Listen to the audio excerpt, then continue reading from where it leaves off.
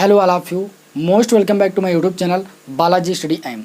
साथियों, DElEd fourth semester की mathematics के अंतर्गत इसके पिछले वीडियो में मैंने आप लोगों को चैप्टर नंबर 12 पढ़ाना स्टार्ट किया था। चैप्टर नंबर 12 का नाम था लंबवृत्तीय बेलन तथा शंकु की अवधारणा। तो लंबवृत्तीय बेलन के बारे में मैंने बता दिया था कि लंबवृत्तीय बेलन का आयतन क्या होता है, उसका वक्र पृष्ठ क्या होता है, उसका संपूर्ण पृष्ठ क्या होता है, और इस पर आधारित मैंने आप लोगों को 2 उदाहरण के क्वेश्चनों को भी बताया था। आज की क्लास में हम लंबवृत्तीय शंकु की अवधारणा को स्पष्ट करेंगे। इसके अंतर्गत कौन कौन से सूत्र हैं उनको यहाँ पर हम स्पष्ट करेंगे और उन पर आधारित क्वेश्चनों को भी डिस्कस करेंगे। ज़्यादा डीपली आपको नहीं ले जाएंगे जिससे क्वेश्चन भी क्लास में सॉल्व हो जाएं, क्योंकि ज़्यादा डीपली हम चले जाते हैं तो क्वेश्चन आपकी क्लास में ज़्यादा नहीं हो पाते हैं। तो यहाँ पर चलिए देखते हैं। अगर हम लंबवृत्तीय शंकु की बात करें तो दैनिक जीवन में आप देखते हो जो आइसक्रीम का कोन होता है, ठीक है, वो आपका एक लंबवृत्तीय शंकु के आकृति का होता है। जो जोकर की टोपी होती है वो भी एक लंबवृत्तीय शंकु के आकार की होती है, या उसको भी हम एक लंबवृत्तीय शंकु बोल सकते हैं। जैसे यहाँ पर बात करें तो लंबवृत्तीय शंकु आपका ऐसा होता है, जो जैसा मैं आपके सामने फिगर बना रहा हूँ, और फिगर को ध्यान से देखिएगा। जो मैंने आपके सामने फिगर बनाया है ये एक लंबवृत्तीय क्या है भाई, शंकु है। ठीक है, इस लंबवृत्तीय शंकु में क्या क्या होता है इन बातों को पहले आप समझिए। यहाँ पर देखिए तो लंबवृत्तीय शंकु में यहाँ पर एक आपका वृत्ताकार तल है, ठीक है। तो ये लंबवृत्तीय शंकु का क्या हो जाएगा, व्यास हो जाएगा। यहाँ से अगर इसको इससे मिला दें तो ये आपकी बन जाएगी लंबवृत्तीय शंकु की ऊंचाई। लंबवृत्तीय शंकु की ऊंचाई को स्मॉल h अक्षर से लिखा जाता है, स्मॉल h अक्षर से लिखा जाता है। यहाँ देखिए तो ये आपका वृत्ताकार तल का है केंद्र। तो केंद्र से यहाँ तक की जो परिधि तक की दूरी होती है उसको त्रिज्या बोलते हैं। तो लंबवृत्तीय शंकु के आधार की त्रिज्या यहाँ पर कितनी है, स्मॉल r है। स्मॉल r से लंबवृत्तीय शंकु के आधार की त्रिज्या को लिखा जाता है। और जो ये लंबाई होती है इसको हम बोलते हैं तिरछी लंबाई या तिर्यक ऊंचाई बोलते हैं। और तिर्यक ऊंचाई को हम लिखते हैं स्मॉल l से। तिर्यक ऊंचाई कैसे फाइंड की जाती है, उसका क्या सूत्र होता है वो मैं आपको बताऊँगा। उसके बाद आयतन क्या होता है, पार्श्व पृष्ठ या वक्र पृष्ठ क्या होता है, और संपूर्ण पृष्ठ क्या होता है। इन सूत्रों को पहले जानेंगे, फिर इस पर आधारित क्वेश्चनों को हम सॉल्व करेंगे। तो चलिए यहाँ पर हम बात करते हैं। सबसे पहला सूत्र आपको ये आना चाहिए कि जो शंकु की तिर्यक ऊंचाई होती है, शंकु की तिर्यक ऊंचाई, उसको कैसे ज्ञात किया जाता है। हमने बताया कि जो शंकु की तिर्यक ऊंचाई होती है उसको हम स्मॉल l अक्षर से प्रदर्शित करते हैं। शंकु की तिर्यक ऊंचाई निकालने के लिए सूत्र होता है √h² प्लस का r²। L इक्वल टू होता है √h² प्लस का r²। ये कैसे आता है, आप सभी लोगों ने एक समकोण त्रिभुज में पाइथागोरस प्रमेय पढ़ी है। मैंने आप लोगों को त्रिकोणमिति चैप्टर में पढ़ाई है। तो त्रिकोणमिति चैप्टर में मैंने पढ़ा था, जैसे यहाँ पर देखिए तो ये एक आपका समकोण त्रिभुज है। इसको नाम दे देते हैं ABC। तो त्रिभुज अगर ABC में देखा जाए तो ये कोण कितना होगा भाई, 90 डिग्री होगा। अगर इस एंगल को ले लें तो इस एंगल के सामने की भुजा ये लंब हो जाएगी, ये 90 डिग्री के सामने की भुजा भाई कड़ हो जाएगी। तो कड़ यहाँ पर कौन सी हो जाएगी, L हो जाएगी।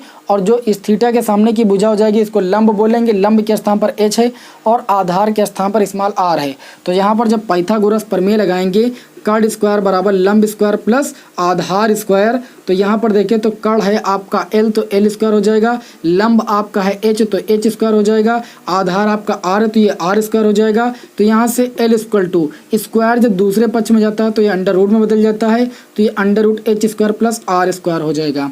जहाँ पर जो L होता है वो शंकु की तिर्यक ऊंचाई होती है, जो H होता है वो शंकु की ऊंचाई होती है। और यहाँ पर बात करें r, तो शंकु के आधार की त्रिज्या को हम r अक्षर से प्रदर्शित करते हैं, या इसको हम त्रिज्या भी बोल सकते हैं। ठीक है, तो यहाँ पर शंकु की तिर्यक ऊंचाई निकालने के लिए हम सूत्र लगाएंगे L equal to √h² plus r²। याद रखना कैसे आया ये चीज़ मैंने आपको बता दिया।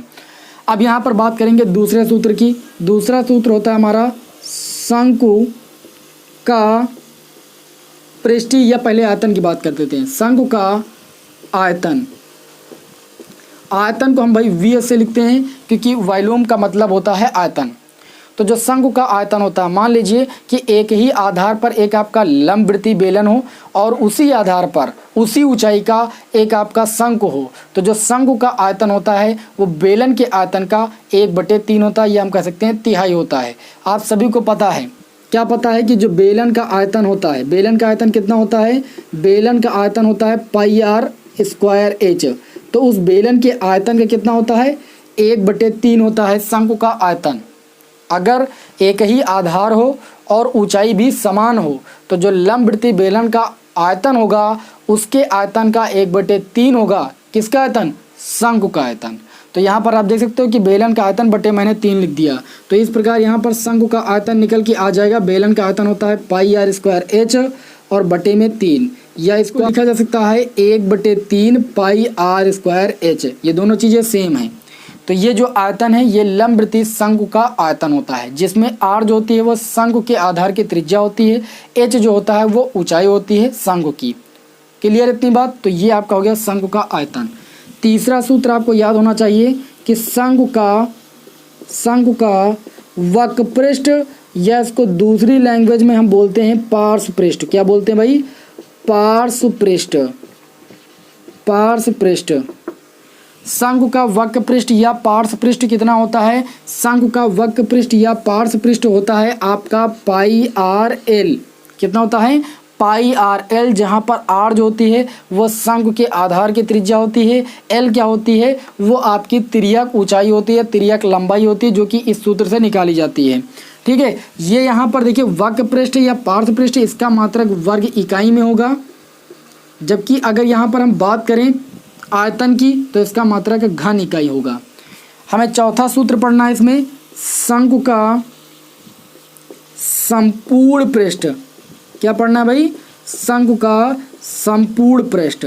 तो संपूर्ण पृष्ठ बराबर होता है शंकु का वक्रपृष्ठ और प्लस, देखिए वक्रपृष्ठ इतना हो जाएगा, और इसमें जब यहाँ पर देखिए अंदर खाली रहेगा ना शंकु, इसको बंद करने के लिए क्या लगाएंगे, एक हम वृत्ताकार तल लगाएंगे या वृत्ताकार सीट लगाएंगे। तो वृत्ताकार सीट का क्षेत्रफल कितना होता है, πr²। तो यहाँ पर देखिए ये आपका हो जाएगा वक्रपृष्ठ किसका, शंकु का, और प्लस πr² आप जोड़ दीजिए बस। तो वक्रपृष्ठ कितना था आपका भाई, πrl, और इसमें हमने πr² जोड़ दिया। इन दोनों में हम कॉमन ले लेंगे πr, तो ब्रैकेट में बच जाएगा एक r और एक बच जाएगा प्लस का l। तो ये जो होता है ये आपका संपूर्ण पृष्ठ होता है किसका भाई, शंकु का, ये संपूर्ण पृष्ठ होता है।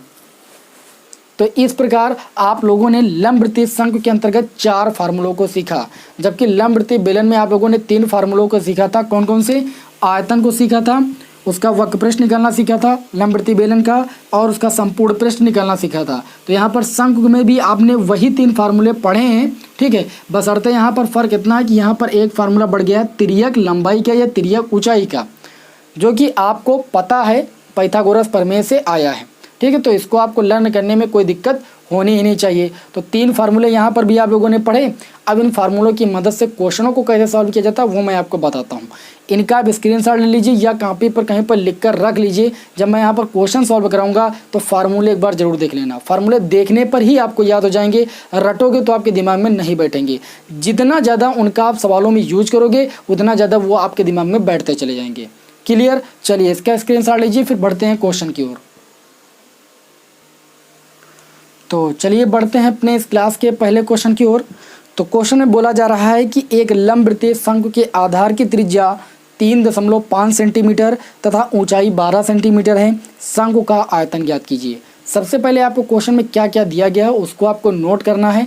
तो मैं यहाँ पर देखिए क्वेश्चन नंबर 1 में आपसे बोला गया है कि जो लंबवृत्तीय शंकु है उसके आधार की त्रिज्या दी गई है। आधार की त्रिज्या मैंने अभी आपको बताया, आधार की त्रिज्या को किससे लिखते हैं भाई, स्मॉल r अक्षर से लिखते हैं। वो आपको दी गई है 3.5 सेंटीमीटर। 3.5 सेंटीमीटर का मतलब 3.5 सेंटीमीटर। इसका मतलब इसको हम ऐसे भी ले सकते हैं, या r = 7/2 सेंटीमीटर। 7 का आधा ही तो आपका 3.5 होता है, तो इसको हमने 7/2 लिख लिया। कैलकुलेशन करने में आसानी रहेगी। उसके बाद बोला जा रहा है कि जो ऊंचाई है, ठीक है, ऊंचाई को h से लिखते हैं। शंकु की जो ऊंचाई है वो आपकी भाई 12 सेंटीमीटर है। कितनी भाई, 12 सेंटीमीटर। तो आपको ज्ञात करना है शंकु का आयतन। तो यहाँ पर लिखेंगे तब शंकु का आयतन, शंकु का आयतन या वॉल्यूम, इसको v से लिखते हैं। शंकु का आयतन जो होता है अगर आधार सेम हो और ऊंचाई सेम हो तो जो लंबवृत्तीय बेलन का आयतन होता है उसका 1/3 होता है शंकु का आयतन। तो लंबवृत्तीय बेलन का आयतन होता है πr² और उसका बटे में हम कर देंगे 3। तो ये जो आयतन आया वो शंकु का आयतन आया। इस तरीके से आपको याद रखना है। तो तो ये आपका हो जाएगा v इक्वल टू, देखिए 1/3 और पाई का मान आप रख दीजिए 22/7 और r त्रिज्या आपको है 7/2 दी गई है। चूंकि r का स्क्वायर है तो 7/2 का आप करोगे स्क्वायर तो 7/2 गुणे 7/2 दो बार लिखोगे क्योंकि r स्क्वायर है और गुणे में h का मान कितना है भाई 12 सेंटीमीटर, तो आप 12 लिख दोगे। बस अब आप इसको सॉल्व कर लीजिए, बाकी क्वेश्चन में कोई दम नहीं है। देखिए 3 × 3 ठीक है, और 3 चौक हो जाएगा भाई 12, और ये भाई पूरा 4 से ये पूरा 4 कैंसिल हो जाएगा, 2 दूनी 4 और ये 4 से 4 कैंसिल हो गया। ये एक 7 से ये 7 कैंसिल हो जाएगा, बचेगा 22 और गुणे में 7 दूनी होता है 14, कैरी आया 1 और 7 दूनी 14 और 1 कितना हो जाएगा भाई 15, 154 आपका हो जाएगा। क्योंकि ये आप आयतन निकाल रहे हो, आयतन का मात्रक होता है घन इकाई यहाँ पर सेंटीमीटर में दी गई थी, तो ये आपका हो जाएगा सेंटीमीटर क्यूब, या आप लिख सकते हो घन सेंटीमीटर। क्या लिख सकते हो भाई, घन सेंटीमीटर। तो ये आपका हो गया पहले क्वेश्चन का आंसर। उम्मीद करता हूँ कि आप सभी लोगों को ये क्वेश्चन अच्छी तरीके से समझ में आ गया होगा। एक एक बात को मैंने अच्छी तरीके से एक्सप्लेन कर दिया है। चलिए बढ़ते हैं इस क्लास के दूसरे क्वेश्चन की ओर। इसका आप स्क्रीनशॉट लेना चाहो तो ले सकते हो।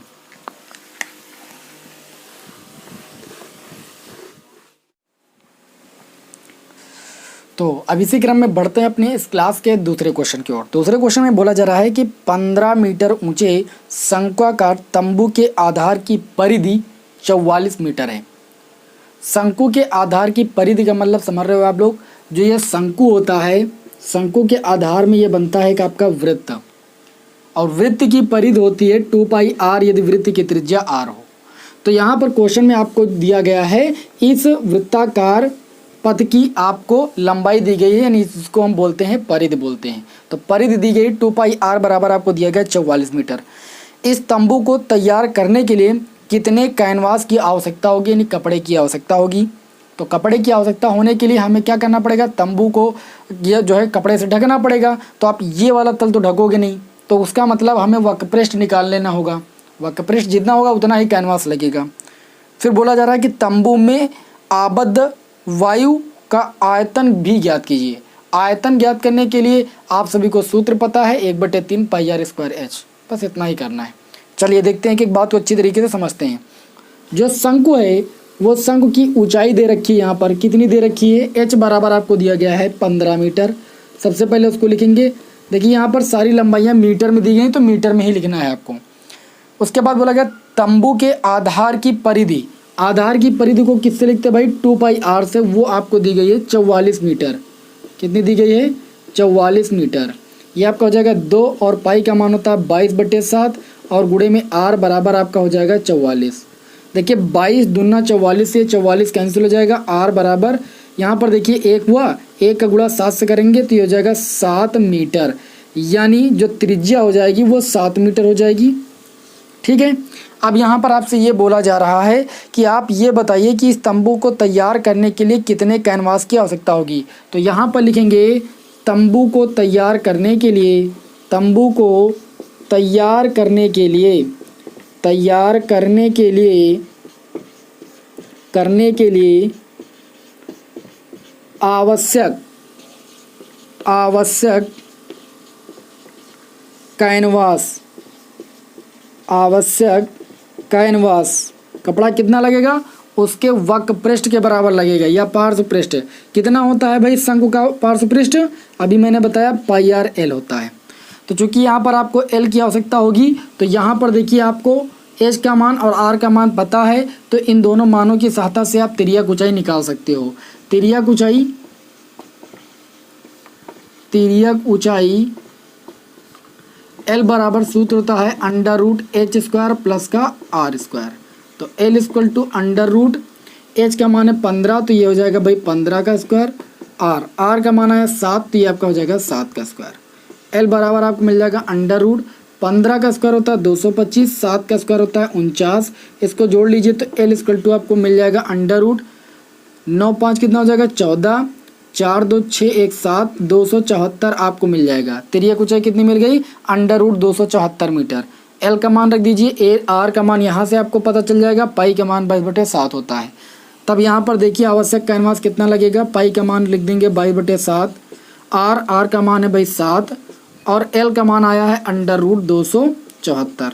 ये 7 से 7 कैंसिल हो जाएगा, ये हो जाएगा 22√274 मीटर, यानी जो आवश्यक कपड़ा लगेगा वो आपका इतना लगेगा। क्लियर है इतनी बात कि नहीं क्लियर, बताइए। इसमें कोई दिक्कत नहीं होनी चाहिए। देखिए √274 का मान जो है वो पूर्ण रूप से नहीं फाइंड किया जा सकता, इसलिए यहाँ पर मैंने अंडर रूट में आंसर लिख दिया है। क्लियर। चलिए अब आगे यहाँ पर बात बोली जा रही है कि आप ये बताइए कि तंबू में आबद्ध वायु का आयतन, ठीक है। तो यहाँ पर लिखेंगे, सेकंड पार्ट में बोला जा रहा है तंबू में आबद्ध वायु का आयतन, तो तंबू में वायु कितनी आएगी, जितना भाई तंबू का आयतन होगा। तो तंबू जो होता है शंकुआकार का होता है, जिसका आयतन का सूत्र होता है 1/3 πr²h। ये आपका हो जाएगा v आयतन को v से लिख लीजिए 1/3, पाई का मान 22/7। त्रिज्या कितनी दी गई भाई, त्रिज्या आपको 7 दी गई है। यहाँ पर r का है स्क्वायर, तो 7 को आप 2 बार गुणे में लिख दीजिए। ऊंचाई आपको दी गई कितनी भाई 15, तो आप 15 लिख दीजिए। तो यहाँ से वॉल्यूम आपको कितना मिलेगा, ये 7 से 7 कैंसिल हो जाएगा, 3 × 3 तीनों पची होता है 15, ये हो जाएगा 22 और गुणे में 7 पची कितना हो जाएगा भाई 35 हो जाएगा। v = 22 और 35 का गुणा कर लीजिए। 22 और 35 का गुणा करोगे तो 22 पंचे होता है 110, हासिल आया भाई 11, और 22 तेई होता है 66, 66 में 10 जोड़ोगे 76 और 1 कितना हो जाएगा 77, 770 ये आयतन है। क्योंकि ये सारी यहाँ पर जो मात्रक दिए गए थे मीटर में दिए गए थे, तो यहाँ पर आपका हो जाएगा घन मीटर। आयतन है ना, घन इकाई मात्रक होता है आयतन का, तो घन मीटर जो हो जाएगा 770 घन मीटर, इतना आयतन होगा वायु का। तो इस तरीके से मैंने यहाँ पर आप लोगों को क्वेश्चन नंबर 2 जो है सॉल्व करके दिखाया। अब जो लंबवृत्तीय शंकु के उदाहरण के क्वेश्चन थे वो आपके हो गए समाप्त। अब हम बढ़ेंगे SCERT बुक के प्रश्नावली के क्वेश्चनों की ओर, उन क्वेश्चनों को सॉल्व करना बताएंगे। तो चलिए देखते हैं SCERT बुक के प्रश्नावली का पहला क्वेश्चन। इसको आप नोट कर सकते हो, इसका स्क्रीनशॉट ले सकते हो, इसको हम रफ करते हैं।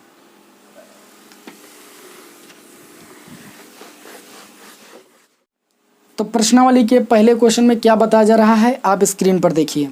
एक लंबवृत्तीय बेलन के आधार की त्रिज्या 3 सेंटीमीटर और ऊंचाई 5 सेंटीमीटर है, बेलन का आयतन क्या होगा। 4 ऑप्शन भी आपको दिए गए हैं। सबसे पहले क्वेश्चन में देखिए दिया क्या गया है, एक लंबवृत्तीय बेलन की आधार की त्रिज्या, बेलन के आधार की त्रिज्या को r देखते हैं, वो आपको दी गई है 3 सेंटीमीटर, और ऊंचाई h बराबर आपको दिया गया है 5 सेंटीमीटर। आप ये बताइए कि लंबवृत्तीय बेलन का आयतन क्या होता है। लंबवृत्तीय बेलन का आयतन होता है πr²h। सूत्र याद होगा, क्वेश्चन तुरंत सॉल्व हो जाएगा। तो v = पाई का मान होता है भाई 22/7। क्योंकि ऑप्शन यहाँ पर पाई के पदों में दिया गया है, चारों ऑप्शन पाई के पदों में है, तो पाई ही रहने दीजिए। r की वैल्यू कितनी दी गई 3, तो 3 का स्क्वायर कर दीजिए, यानी 3 × 3। ऊंचाई आपको दी गई यहाँ पर 5, तो 5 लिख दीजिए। v = पाई, 3 का स्क्वायर 9 और गुणे में 5, तो v = हो जाएगा 9 × 5 भाई 45 पाई। ये आयतन है, आयतन का मात्रक कितना हो जाएगा घन, और यहाँ पर सेंटीमीटर में दिया गया था तो घन सेंटीमीटर हो जाएगा। बताइए ये बात आप सभी को समझ में आई कि नहीं आई। बिल्कुल आ गई होगी, कोई दिक्कत नहीं। अगला क्वेश्चन लिखते हैं प्रश्नावली के। प्रश्नावली का जो दूसरा क्वेश्चन है उसमें बोला जा रहा है, क्या बोला जा रहा है कि यदि एक बेलन के आधार की त्रिज्या को आधा कर दिया जाए, बहुत ही इंपॉर्टेंट क्वेश्चन है, एक बेलन के आधार की त्रिज्या को आधा कर दिया जाए तथा ऊंचाई वही रहे, तो इस प्रकार बने बेलन और तथा पहले बेलन के आयतनों का अनुपात क्या होगा। एक भाई बेलन था, ठीक है, मान लीजिए, माना बेलन की ऊंचाई h तथा त्रिज्या r है, त्रिज्या r है। तब आप सभी को पता है कि जो बेलन का आयतन होगा वो कितना होगा भाई, सूत्र आप सभी लोगों ने पढ़ा है πr²h, πr²h। क्लियर इतनी बात। इन्होंने यहाँ पर ये कहा है, इसको आप v1 नाम दे दीजिए, पहले आयतन था πr²h। अब इसको आप समीकरण 1 मान लीजिए। प्रश्नानुसार आपसे ये बताया जा रहा है कि जो त्रिज्या थी उस त्रिज्या को आप उस त्रिज्या का आधा कर दीजिए, ठीक है। तो यहाँ पर लिखेंगे नई त्रिज्या, नई त्रिज्या जो है वो पुरानी त्रिज्या की हाफ हो गई और ऊंचाई भाई वही रही।